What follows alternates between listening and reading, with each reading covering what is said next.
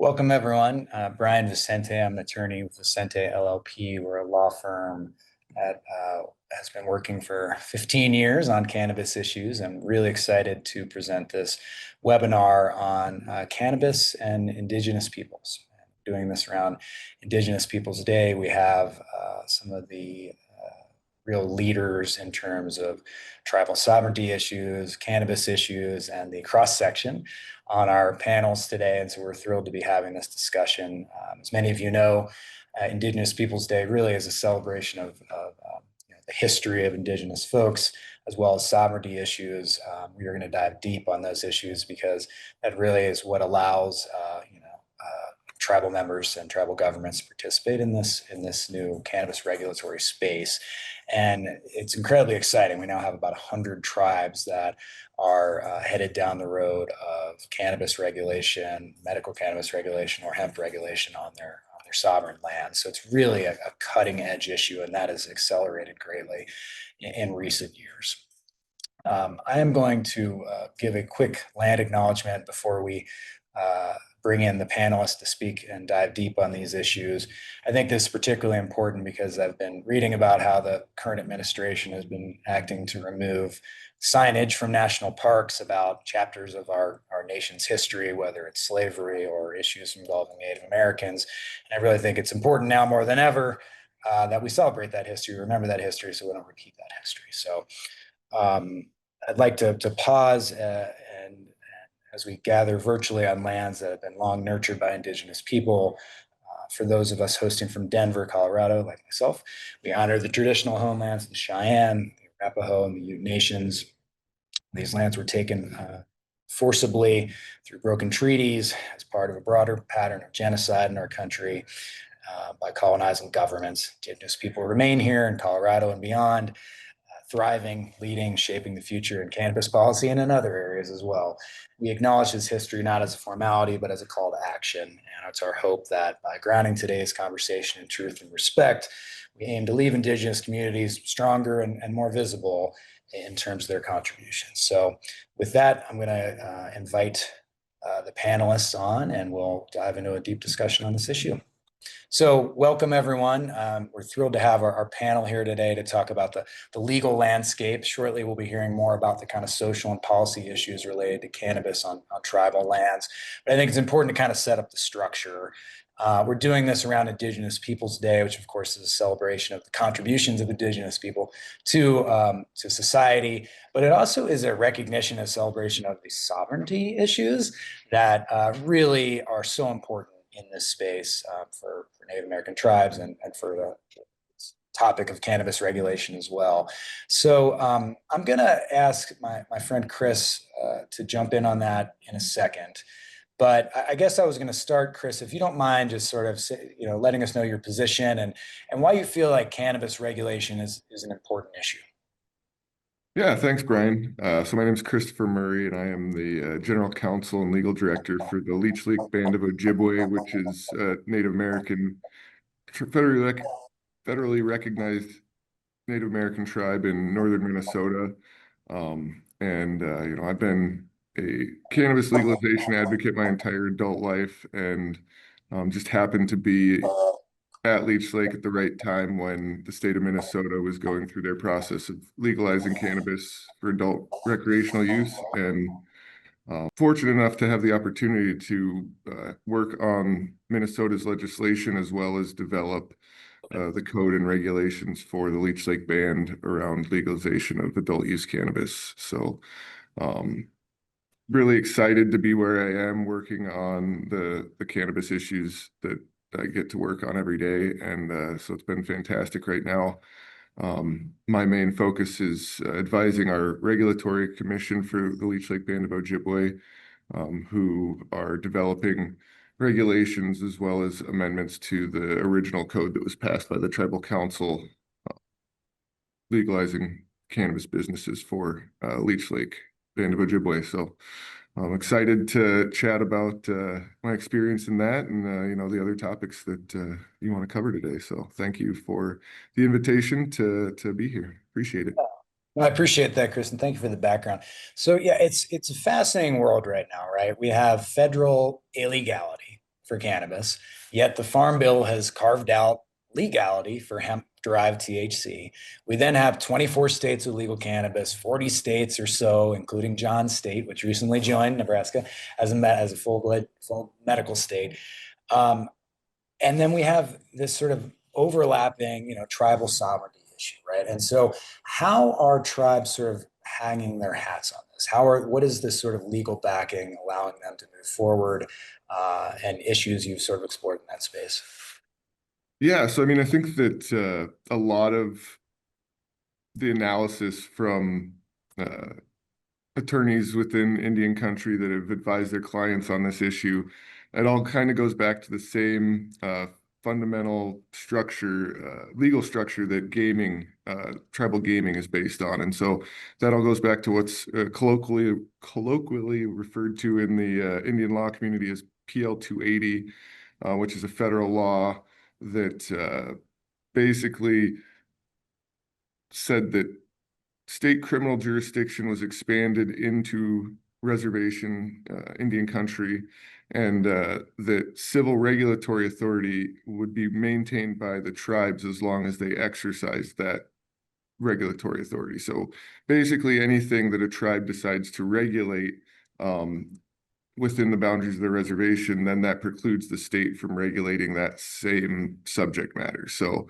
when it came to gaming, that was, the foundations actually date back to a Supreme Court case that started on the Leech Lake Reservation called Bryan v. Itasca County, and that established or upheld the tenets of PL 280 that states and their subdivisions, in this case, Itasca County, could not regulate the use of land by members, and in that case, it was related to taxation of the land, which ultimately is a regulation of the use of the land. So that case stood for the proposition that states, counties, and any state subdivision cannot regulate tribal members' use of tribal land within a reservation. And so that ultimately led to the Cabazon series of cases that specifically addressed gaming, starting with bingo and then moving along through other types of gambling that was being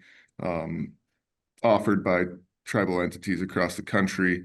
Ultimately, those cases all led to the creation of the Indian Gaming Regulatory Act, which is now federal law that kind of supersedes state regulation within reservations. And so that sort of legal theory of regulatory supremacy for tribes within their reservations is what created the basis for tribes to start pursuing cannabis, even in states where it wasn't legalized. Recently, there's I believe it's the Eastern Cherokee Tribe in North Carolina, opened up their own cannabis regulatory system and now have a dispensary and cultivation out there, despite the fact that the state of North Carolina does not have any form of legal cannabis under state law. So you saw some of that across the states, early on before there was strong federal, I guess,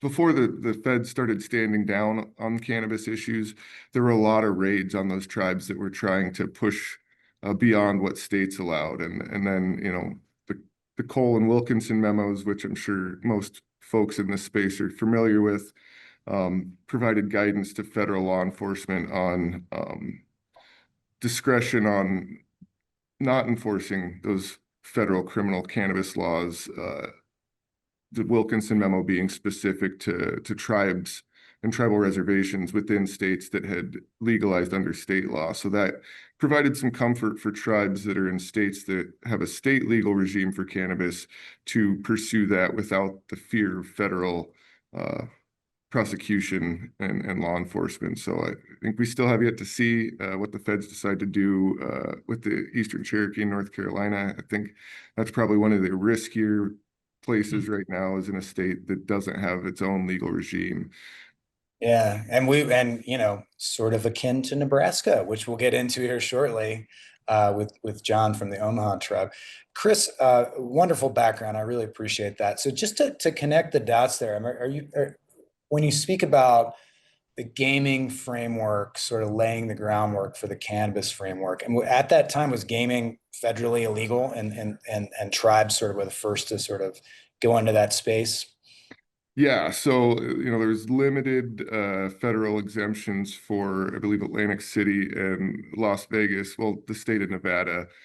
This was back in the 80s. It was the late 70s when PL 280 was put into place, and then in the 80s was when the litigation kind of developed through the Bryan v. Itasca County case, and then into the Cabazon line of cases for gambling. And yes, so federally prohibited in the states where these gaming operations were being put together by tribes. And ultimately, like I said, cases went all the way to Supreme Court. The Supreme Court ruled that PL 280 protected the tribe's ability to regulate these issues within their reservations, as long, and there's one caveat there, as long as the state generally allows that activity and regulates it. And so, like in the case of the Cabazon, the state of California allowed charitable gaming or charitable bingo operations, fairly limited, but it was a regulated activity, not a prohibited activity. And so that's where the distinction from that line of Supreme Court cases come, is once a state allows an activity and begins to regulate it, then a tribe is able to then pursue that same activity and regulate it in whatever way they see fit. And it can be a completely different approach than the state takes. And so once states started legalizing medical and then adult use cannabis, that opened the door, so to say, for tribes to then start pursuing those activities and regulating them for themselves in a similar or different way than the state was. Yeah, and of course, we'll be hearing today from our friends in Nebraska and also in Wisconsin, who are trying to move faster than the states are, and are looking for ways for tribes to move into this space. Really interesting, Jason. I'm going to pitch things over to you. If you could kind of introduce yourself, speak a little about the work you've done in this space, and then I'd love to hear if you have follow-up kind of thoughts on the Wilkinson memo. It's been withdrawn. Is it still sort of got good guidance? And then I'm going to want to chat with you a little about state compacts as well. So Jason, can you jump in? Yeah, thanks, Brian. Honored to be here today talking about this issue. Super exciting to watch tribal nations flex their sovereignty muscles, as I say it. I am Jason Tarasek. I live and work in South Minneapolis. I'm a cannabis attorney with Vicente. Work closely with Bryan, Vicente, and Yolanda Clark in our Denver office on helping several Minnesota tribal nations launch regulated cannabis programs on tribal land, and hopefully very soon off tribal land, and through the compacts that Bryan alluded to. I've been an attorney in Minnesota for more than 20 years. I started in cannabis in 2018 as a citizen lobbyist pushing for legalization here. Became the Marijuana Policy Project lobbyist in 2019. It took a little bit to get it legalized here. Unlike a lot of states, we do not have a ballot measure, a citizen-led ballot measure process. So we needed our electoral politics to line up, and fortunately they did 2022, and we got it done in 2023. And I was grateful to see a significant carve out for our tribal nations here in Minnesota to allow them to enter compacts that I will address in a minute. But I will say that, anyone who works in cannabis, I think, understands, but perhaps it's a mystery to those who don't work in cannabis, how this is illegal when it is still a federally controlled substance on Schedule 1 of the Federal Controlled Substances Act. And, I have to say, it's a fairly tenuous legal basis upon which this entire multi-billion-dollar industry exists throughout the nation. There's something called the Cole memo, written by someone in the Department of Justice during the Obama administration, that essentially said that so long as there is a state regulated program that's designed to keep adult use cannabis away from children and designed to prevent the diversion of product from legal states to non-legal states, and prevent cartels from taking over. I'm paraphrasing, obviously, but essentially the Department of Justice declared that it would not use its resources to target those state operations. And that was largely parroted through something called the Wilkinson memo, a similar memo from the Department of Justice that applies to tribal nations throughout the country. So it is on that basis that these state legal programs, these tribal programs are allowed to exist. And there is, there is some confusion, I think, that under the first Trump administration, the Cole memo and the Wilkinson memo were repealed, but a lot of us in the industry didn't see any change to how the federal government is treating these enterprises. So I think a lot of us simply are continuing with the notion that so long as you have a robust regulatory system that checks off each of the concerns of the Cole memo and the Wilkinson memo, the federal government will leave you alone despite the the federal illegality. So we work closely with our clients, our tribal nation clients in Minnesota, and hopefully soon in Wisconsin and elsewhere, to make sure that those strict regulatory requirements are satisfied. Not only for to honor the memo, but it's the right thing to do. I mean, they lay out very common sense requirements, and we're happy to help our clients stay compliant there. I appreciate that, Jason. Yeah, and it is a tenuous world, right? We do have federal illegality. We have these memos, which are largely focused on medical cannabis, by the way. And of course, we've applied them, and they've generally been applied to state programs around adult use as well. And we haven't seen enforcement when folks follow this sort of robust regulatory climate, or advice. But things could change, but it certainly seems like the genie's out of the bottle. Jason, before I turn things over to John, would you mind speaking a bit about compacts, right? And how sort of state and tribal compacts play into our analysis in this space? Yeah, like I mentioned, in the Minnesota legalization statute that was passed in 2023, it expressly allows, or actually directs, the state of Minnesota to enter into negotiations with Minnesota's tribal nations to enter a compact, which is just a word for an agreement, that would then authorize the tribal nations not only to conduct cannabis activity on tribal land, but the unique feature, of course, is that it would allow them to open cannabis operations off tribal land. So I'm helping a couple of our tribal nations negotiate those compacts. We have 11 tribal nations here in the state of Minnesota. To my knowledge, 10 of them have either finalized compacts or are in the process of negotiating those. We've got 2 finalized. They're available, publicly available. And I expect that there will be several more executed very soon.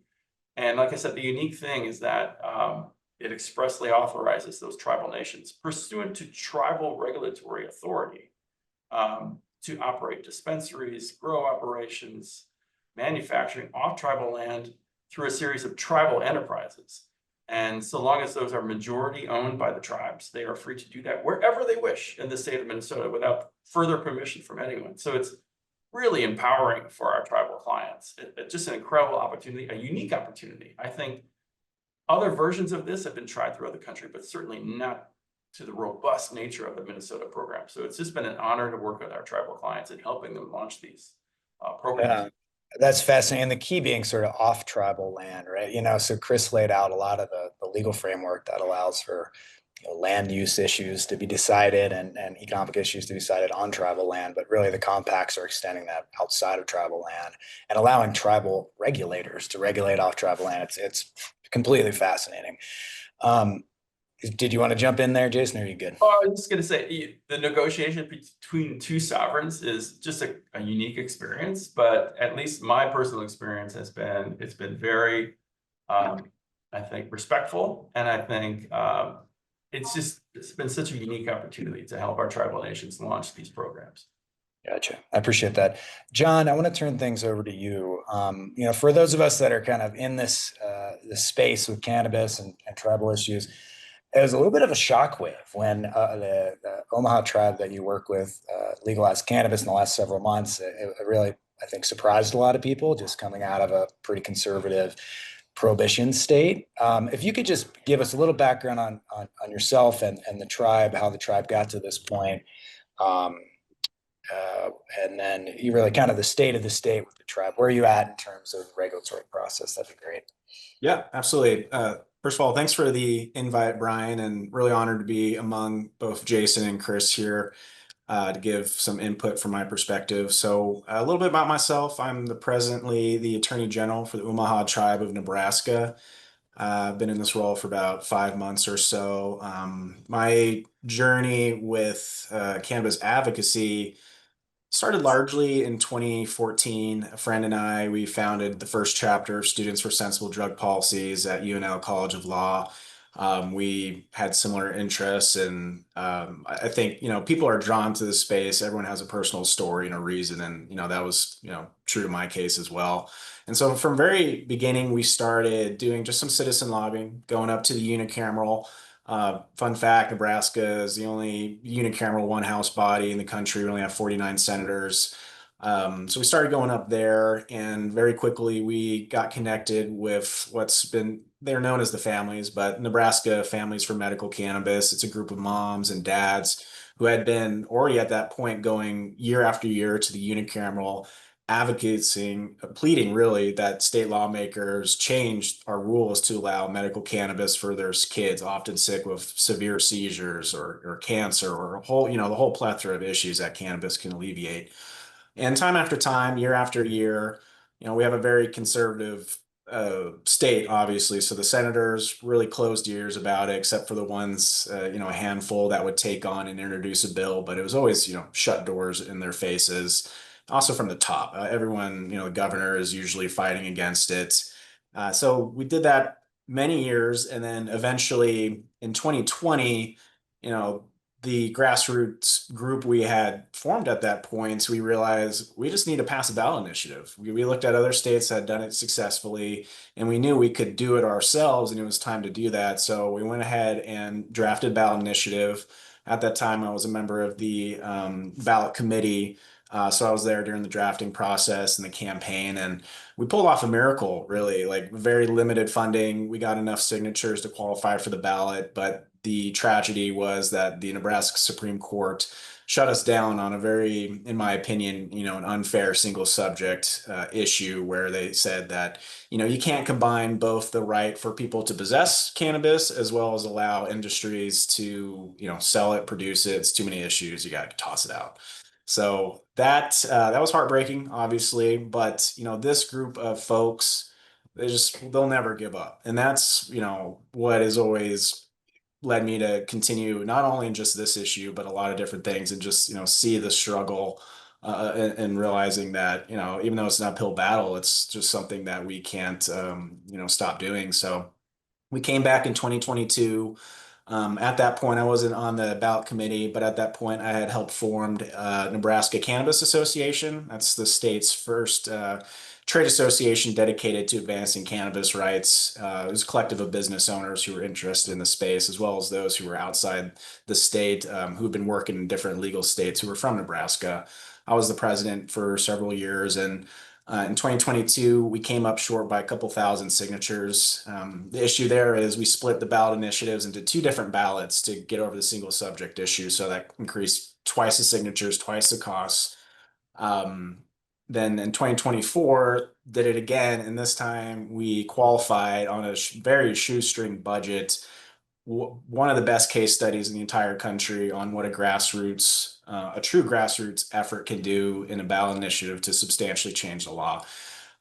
So in summary, the two ballot initiatives, the first one basically allows anyone that has a doctor recommendation to possess up to 5 ounces of cannabis products. So that's the law right now in Nebraska. And then the second petition said that the unicameral had to, in 2025, pass a legislation implementing the Nebraska Cannabis Commission, funding it, putting in rules and regs, actually setting up an industry. And it wasn't a huge surprise, but the unicameral declined to pass anything in 2025. So that has left a huge regulatory gap in this industry here in Nebraska. So you have right now a qualified right for patients to possess and own this, and the state can't come after them, but you don't have any sort of industry cannabis commission or that support that. Eventually, though, the Nebraska Cannabis Commission did form under some emergency rulemaking powers. The fatal flaw, though, in my opinion, of that ballot initiative is that the Cannabis Commission is mostly appointed by the governor, and between the prior governor, Pete Ricketts, and now Jim Pillen, they're, stated on record that they don't think cannabis should be legal. They don't believe in the industry. So they've done everything in their power to implement folks who are on that cannabis commission to pass a regulatory structure that's not very business friendly or as well as reasonable towards patients. It limits, I think, cultivation in the state to about 6,000 plants between 3 cultivator license. You can't sell anything smokable, can't sell flower to folks. So a lot of things that, John, I think I see where you're going with this, in that we need to tie it back to the tribal.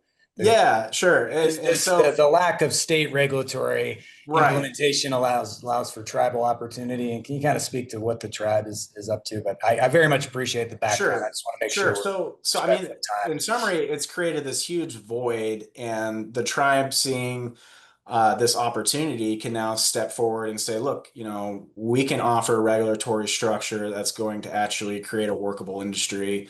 And in 2020 or 2015, the tribe had passed a referendum of the people gauging their interests, whether or not they want cannabis legalized on the reservation. And they overwhelmingly supported it. Same story in Nebraska, the ballot initiatives, over about 70% in support. So fast forward to me being hired, one of the first things based on my background, I was asked by the council was to, okay, well, we have this prerogative from the tribe. Go ahead and create the cannabis code, and let's get moving on creating an industry that the tribe can benefit from. So that's what I went ahead and did, and we first of all implemented our cannabis code Title 51, and that's been implemented. And right now we're in the process of forming our own tribal cannabis commission, which we're about putting the finishing touches on that. And so once that's in place, we're going to issue one vertical license to us as the tribe working in a joint venture with another entity that has experience doing this. But then as well as allow some micro license for other interested tribal members who want to do home grows or other stuff. So in summary, it's been just really an amazing journey to get to this point and be in the right place at the right time to help provide that leadership in the state that people so desperately want, and that Nebraskans overwhelmingly voted in favor for, despite their representatives not wanting to play ball and really implement what the people are demanding. Yeah, fascinating, John. One quick question for the legal folks before we bring on some of our policy panelists. Structurally, right? How are tribes looking to move forward with this? Because you have the government side, right, where tribes either pass via a vote of the people or a vote of the leadership. These laws that are then implemented, by often cannabis commissions or regulated by maybe folks that regulate other things on the tribes. But what I'm interested in hearing from you guys is sort of the business side, right? So it sounds like the Omaha Tribe is looking at sort of a JV. I don't know, Chris, if Leech Lake, how are you guys sort of approaching tribal ownership of what tribes are also regulating, and any issues that may come in there? Yeah, I can take a first crack at that. So, I think from our leadership, there's been a real strong interest in trying to do it kind of in-house and at the lowest cost possible. And so, the Leech Lake band's initial focus was on getting a retail open. And so we've been able to work with other tribes in the state as well as bringing in Farm Bill compliant products in order to meet the demand for our area. And, we're one of the only retails within, I think 100 miles or so. I think White Earth and Red Lake might be just inside that 100-mile radius, but so it's the only dispensary within a close to 100-mile radius, and to the south even farther, all the way. Just recently, the Blacks Band opened up their retail dispensary, and so until they had opened, we were the closest to the north to the Twin Cities metro area for a dispensary, and so saw a lot of traffic that way. There's been a lot of hesitation into bringing in a joint venture or anything like that. It's been explored, but some of the offers that were presented to the tribe really weren't very favorable. There was a lot of control that these outside entities wanted that the tribe wasn't comfortable with giving up. And so ultimately, it's been a bit of a slow process for the band. We currently still, I think about a year and a half in, only have the one dispensary that's operating. We have been able to source more Minnesota cannabis, and so we've moved away from the Farm Bill compliant hemp products being sold.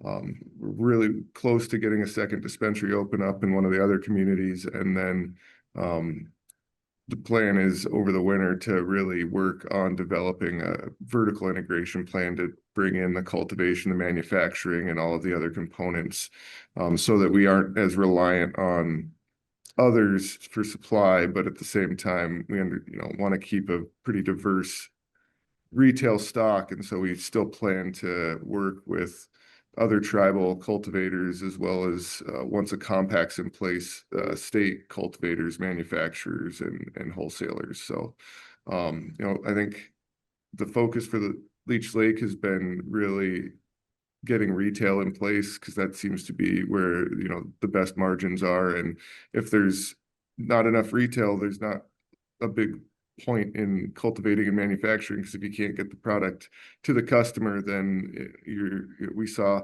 that with some of our other tribal partners here in the state that really focused on cultivation first, and then they had a difficult time getting product out the door with restrictions between not having a compact in place and testing limitations. It really kind of hampered their ability to get product out the door. And I think they ended up having to take a number of their revolutions, a number of their cultivation cycles, and put it all into oil extracts and other things like that, because they weren't able to move the flower to market quickly.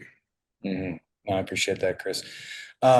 So I think we can probably turn to our next panel. I do appreciate what you gentlemen had to lay out there. And I think it's interesting too, Chris, just we've certainly from our side as attorneys seen a fair amount of sort of exploitive relationships where folks are approaching tribes and claiming to be the best growers in the world, but really creating, contractual deals that aren't quite fair. So I'm glad that, we highlighted that issue and folks are being stopped as they can as they figure out what is the corporate structure, right, that the tribes are comfortable with to allow maximum economic sort of value there.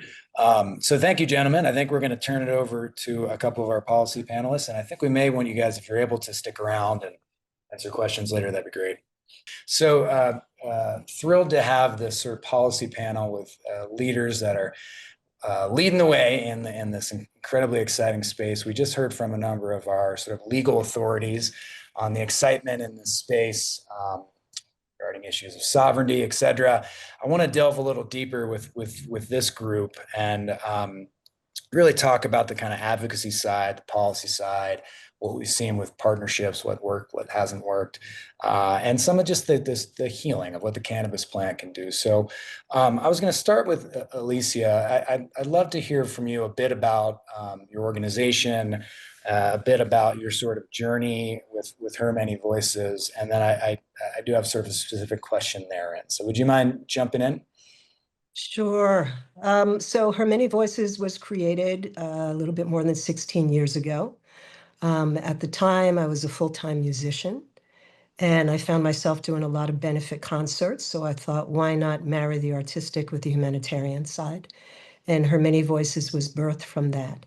The her makes reference to Mother Earth, the many voices, all of her children.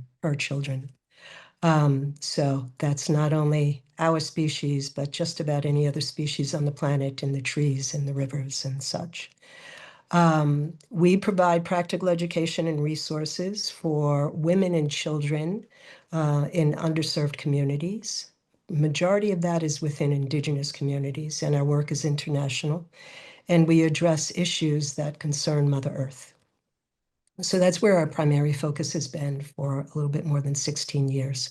And about, I'd say 8 or 9 years ago, I really started looking into the industry for food, for medicine, and for structure, for safe houses. And as soon as I started doing research on that, it took me right into the cannabis world. It took me straight into hemp.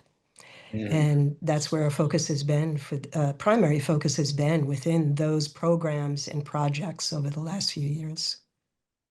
Really appreciate that. And I'm gonna ask this also of Mary Jane, but it's interesting having worked in cannabis policy for a couple decades. At least in the last 5 years, there's been a pretty robust discussion about racial justice and how do we make sure that people of different backgrounds and racial complexities are represented appropriately in this new industry. But how does that apply, particularly to women? We don't really hear a lot about that, but we live in a country where there's a wage gap where women are paid 20% less than men sort of across the board. As we're sort of birthing this new industry, are there things that you see, Alicia, or things that you see, Mary Jane, about ways that we can really address that issue and make sure that women's voices are really heard and empowered in this, and economically in this new industry? Mary Jane, did you want to jump in, or shall I just continue? You go for it, and I'll piggyback off you, sister. Okay. All right. First, I have to acknowledge that my mother instilled in me that this belief of whatever I do for another, I do for myself. And I think women in general come from that place of how do I help others, as opposed to when it's the dominant within the dominant culture, a lot of the focus is about how much can I make, and then how much more can I make off of others. And so looking at the skew of women and how we operate in the world, and I can say, having worked in the humanitarian world for all of these years, I can speak directly to my experience that when a woman, whether she leads a program or a project in the community is going to benefit as a whole. The community will prosper. And I know that when you look at the statistics, when we first made or remade this plant legal, there were a number of women who came to the table. And I think in the beginning, it was something like 39% of women are leading the cannabis industry. And that, like the rest of the global industries, is down to about 20, it's less than 25%. I think it's 22% now. So clearly, our voices need to be heard more. And we need to go back to what is the purpose of anything that we're doing? If we're not looking forward, if we're not looking ahead at not only our community, our own family, but the generations to come, then anything that we do in life is pointless. So I feel like we need to be leading a lot more. We need to be in these positions a lot more. And if for those who don't believe in just this philosophy, you can check the data on what happens when women are leading in community. What happens when women take the roles politically in community as well. Usually the whole community benefits from it. I really appreciate that. Mary Jane, would you mind introducing yourself? And then, speaking of women taking leadership positions, I think you and the work of the Indigenous Cannabis Industry Association really have done leaps and bounds. So could you speak a little about that, please? Absolutely. Well, I'm joining you all straight out of Idaho on the homelands of the Nez Perce people, where I'm an enrolled member, and I serve as the executive director of the Indigenous Cannabis Industry Association. And it is really a privilege to be able to be an ambassador for this plant and to bring about that perspective of harmony, if you will, between the sexes in having this conversation about how we rematriate plant medicine, specifically in Indigenous communities. I just, I'm really proud of our president, Rob Perot, for the work that he's done in recognizing that harmony and calling me up to be a leader amongst our tribal nations to serve as the executive director, because there are very few women executives in the C-suite across cannabis. And it was a lonely road before Indigenous Cannabis Industry Association was formed, because there wasn't a whole lot of organized networks amongst our communities. And one of the areas that, as an early cannabis advocate, was really concerning was that when a lot of the social justice, racial equity conversations started in the cannabis industry, the I and BIPOC was rather silent. So we created a very pivotal platform to amplify the Indigenous perspectives in the restoration of plant medicine here in our homelands by deconstructing the narrative, the historical narrative that surrounds this plant, that seems to start with Harry Anslinger and, you know, the war on drugs, without recognizing that a majority of our matriarchal and patriarchal led communities in the United States, our tribes, you know, what we know of them today, most of them had a relationship with this plant medicine or a varietal of this plant. The dogbane cannabis derivative is a part of the Nez Perce creation story. And so really for us, it's leaning back into our roots as opposed to thinking that this is something that is new to us. I really appreciate that, Mary Jane. And I wanted to turn things over to my friend Michael. You know, Michael, I had the pleasure of walking for an hour or so around Madison with you last week, and you shared some thoughts about just sort of historical trauma. And Mary Jane was speaking about some of the war on drugs and how it's impacted Native communities. I don't know if you'd be willing to sort of share your thoughts about that in that area, and then also how cannabis could play a restorative role and really, you know, help address some of these prior harms. Yeah, Bryan, thanks for having me on, and I really appreciate the platform that is provided here and by ICIA as well. Yeah, as Indigenous folks, we've dealt with a higher rate of a lot of the health ailments, and especially with addiction, where we've had massive amounts of loss of life, especially at such a critical young level, and that addiction, you know, has been amplified by the fact that we live in a lot of poor areas, and the fact that we've had to struggle to maintain our own identities. You know, for a long time we were forbidden to practice our own culture, our language, and many were thrown into boarding schools, and that's a whole nother subject. So to have tribes overcome that, to see that there is a path forward in terms of their health, and you know. And quite honestly, I would be lying if I didn't think about the economic growth opportunities that, as an advisor to tribal leadership, you know, we cannot ignore going forward. But the priority for the tribes has been the medical part, and it's because these things that we mentioned, the things that we talked about. Every person, I think, in Indian community has been affected by somebody dealing with some sort of addiction, cancer, chronic pain, disease. So, you know, knowing that this used to be a tool that was used prior to prohibition. I've actually had tribal leadership, heads of Medewan lodges for the Ojibwe nations, to speak on this to tribal leaders, to talk about how it was used prior as a tea and other ways. And so I think just kind of getting back to that, as Mary Jane had mentioned, I think is something that's critical for our people, that, you know, everything we've done has come connected to the earth, and you know, and plant medicine is right up there, as opposed to what we're dealing with right now, because it's not working. Mm. Well, thank you, Michael. I really appreciate that.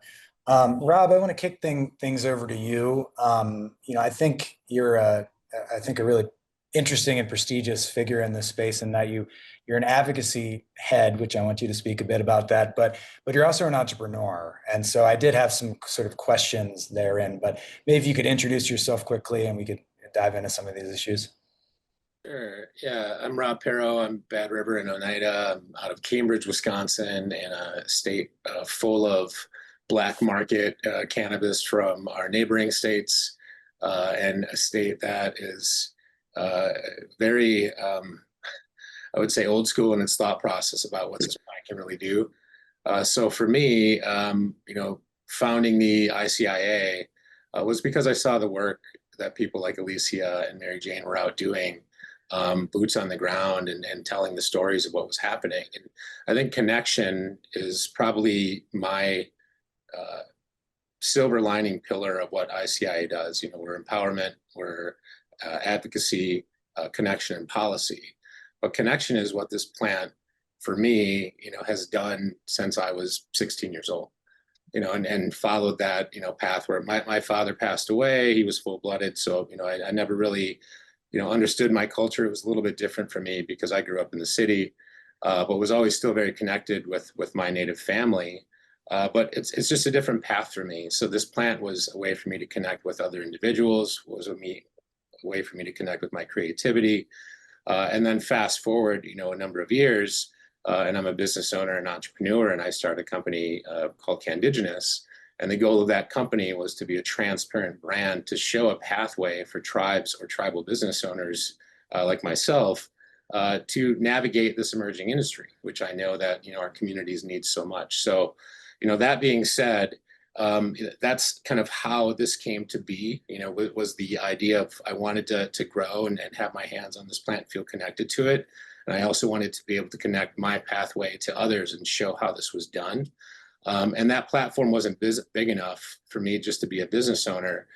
And when I looked out there at sort of the depth of field of what was happening in Indian country across the country for cannabis, there was nothing to sort of collect the individuals that really needed to be together to really do the heavy lift of what we need to do and what we have been doing for the last 3.5 years. So that sort of gets us to this point, if that answers that question. It does. No, I appreciate that. And any, Canndigenous, right? I certainly encourage people to check it out. It's available in Wisconsin and other places, I believe. You can check out the website, but it is very, forward in terms of being, Native American owned on the label and so forth. Tips you've learned as being an entrepreneur in this space, or battles you've waged that you think our audience might be interested in? Yeah, I mean, I think bad actors, no matter who you are, when you're operating in a space like cannabis, there's a lot of them out there. So, the last thing I ever thought that I would want to be is a hall monitor. But ICIA has sort of become that for Indigenous cannabis specifically, because, there have been a lot of just bad experiences and really horror stories that have happened within tribal communities with all different sorts of initiatives. Cannabis just being the new one that is very easy to sweep under the rug when something doesn't go well. So, for me as a business owner in this space, to be able to connect with tribes, to be able to think about it from a branding aspect, and that's what we're all about. Like Indigenous cannabis and plant medicine, to me, sounds like that is the top shelf, cleanest form of medicine that we would ever have in the world. So why wouldn't we want to market it that way as well? So that's something that I like to sort of inject into sort of the business aspect of what I bring to the table, is elevating, our thought process about what we can do with this plant, not just as a medicine, but also as a commodity, and knowing that tribes really are in a very opportunistic point with our current administration to be good partners for business, and whether that's to do manufacturing or testing or distribution. But again, how do you find those good partners? That's what we've been sort of doing through this, the association, is that vetting process. And people who, consistently do things the right way will, continually show up. But those that don't won't.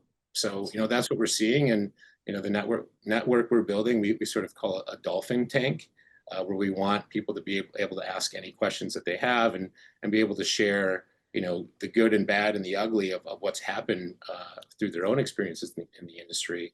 And that's really important to have that transparency, specifically right now with almost over 100 tribal nations out of the 574 in our country that are actively engaged in the cannabis and hemp industry. So we were talking a bit about plant medicine and just the incredible history there with Native Americans.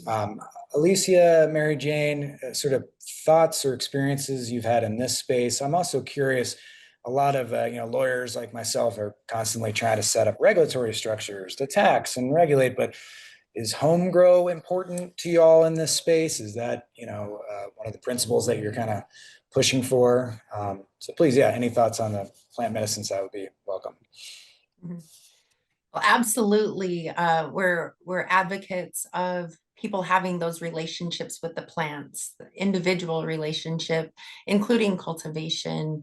I do know that from the tribal communities that we work with that are lowering the barrier to entry for being employed in tribal cannabis programs is that, you know, when a tribal program can take an elder that has basically been jobless in their community because they don't have a GED requirement, and they're allowing people with life experience onto farms, that it changes it changes so much about the dynamics of their life.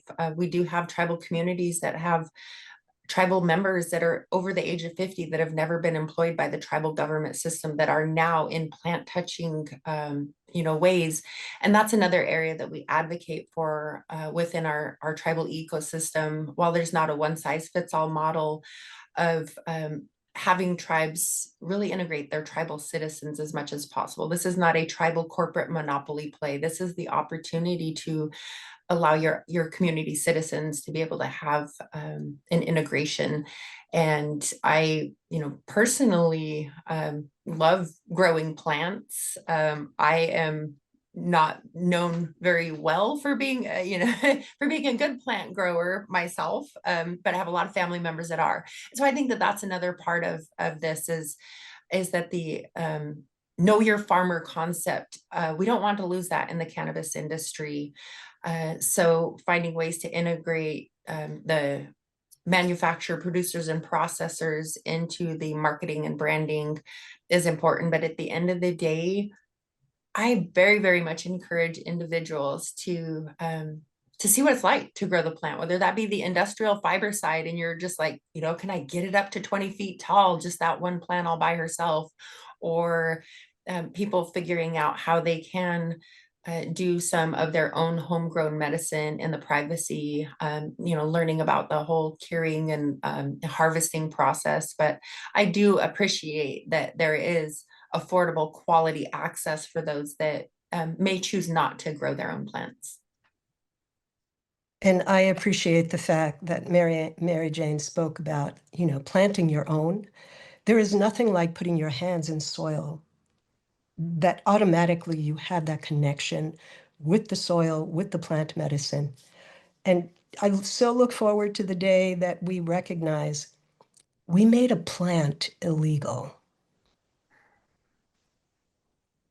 The insanity behind all of this is just, it's beyond sad.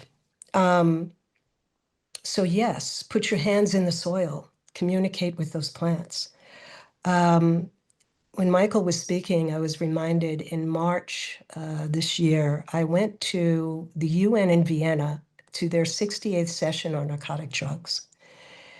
And overwhelmingly, the conversation was around the cannabis plant and the coca leaf. And many, many, many indigenous peoples came and were represented. Most of us were in the small rooms off to the side. We did have one representative who was on the main stage. But our voices are starting to be heard. And that's key behind all of this.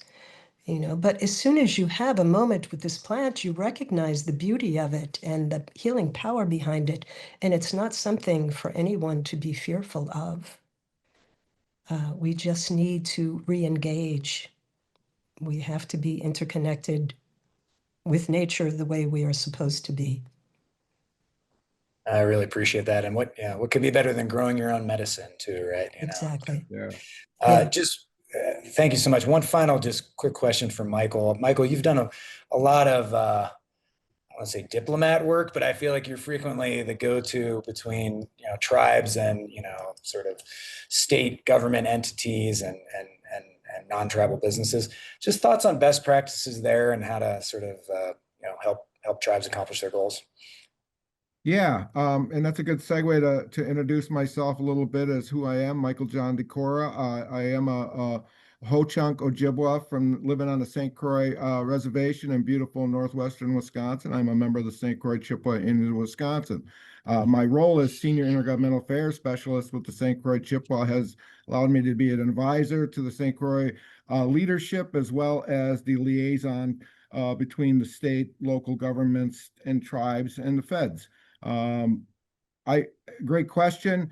To me, I think is having collaboration between the local governments is a big start to help understand the needs in the local communities, to help with a bigger voice.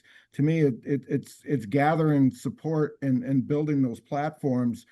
For many of us that have that platform that many don't have, I think we have a responsibility to utilize that platform in the most meaningful way that can help benefit. For me, coming from an Indigenous community, dealing with all the things that we mentioned in the health and seeing this plant have tremendous results in the states where there is access. We're seeing 26% reduction in opiate use and overdoses.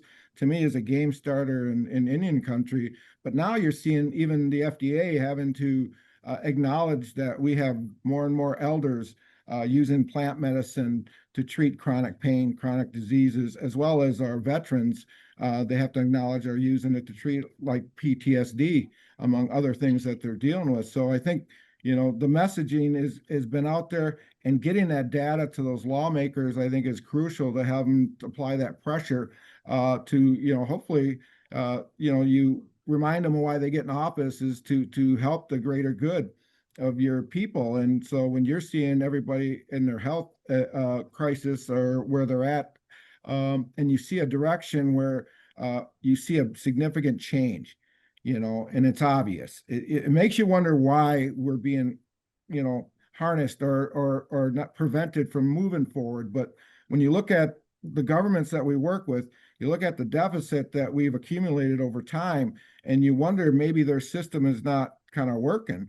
When you hear about governments that have started on a concept of the indigenous folks' way of handling things, I think they forgot that element that we were always connected to the land, to the earth, never owners, but stewards of the land, to ensure that the water, the plants, the animals, life itself has that opportunity to do what it's intended to do, and then we're going to all benefit from it. But we have to get through the levels of government bureaucracy, I guess is the best word, that we seem to deal with. Because I've been talking to tribes about this plant for over 10 years in multiple states, and to see some of these tribes in this industry now is a wonderful thing. I feel like a proud dad sometimes to see them initiating these businesses and seeing dispensaries grow. That's what we envision for all our tribes, to have that responsibility, and they should, as sovereign leaders, and sovereign nations. We have that sovereign responsibility to do what's best for our people. And sometimes we don't have to wait for why government is being held up for whatever reason it is, when we have the data to show that this is a positive angle for our people going forward, and we need to have access sooner than later. That's why, creating the Wisconsin Tribal Task Force on Cannabis last year, in partnership with ICIA, we decided to launch this wellness campaign, the Wisconsin Wellness Coalition, so that we could provide legal access to this plant for our people sooner than later. And it's not just our tribal people, as it's our surrounding communities as well. And we're hearing it.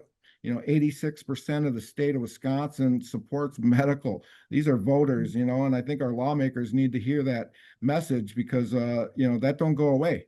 And so I guess we just have to do our due diligence to make sure that we get across the finish line. Where we're trying to do here in Wisconsin is to get access to medical cannabis, and having that collaboration with the local governments. And it seems to, in my experience, seems to work better when we work together, because that just makes us a louder voice. And that's really the platform that ICI and you guys at Vicente Law Firm are providing for us, and that voice is getting louder. I can hear it. So I really appreciate all the work everybody here has been doing. Thank you. Yeah, thank you, Michael. And I wanted to thank all our panelists. I think we're going to wrap up here, but it's been a real pleasure to spend this bit of an Indigenous Peoples Day with you. And I really think this is the start of a giant movement, and we're thrilled to be working alongside with you. on it. So thanks so much. Thank you.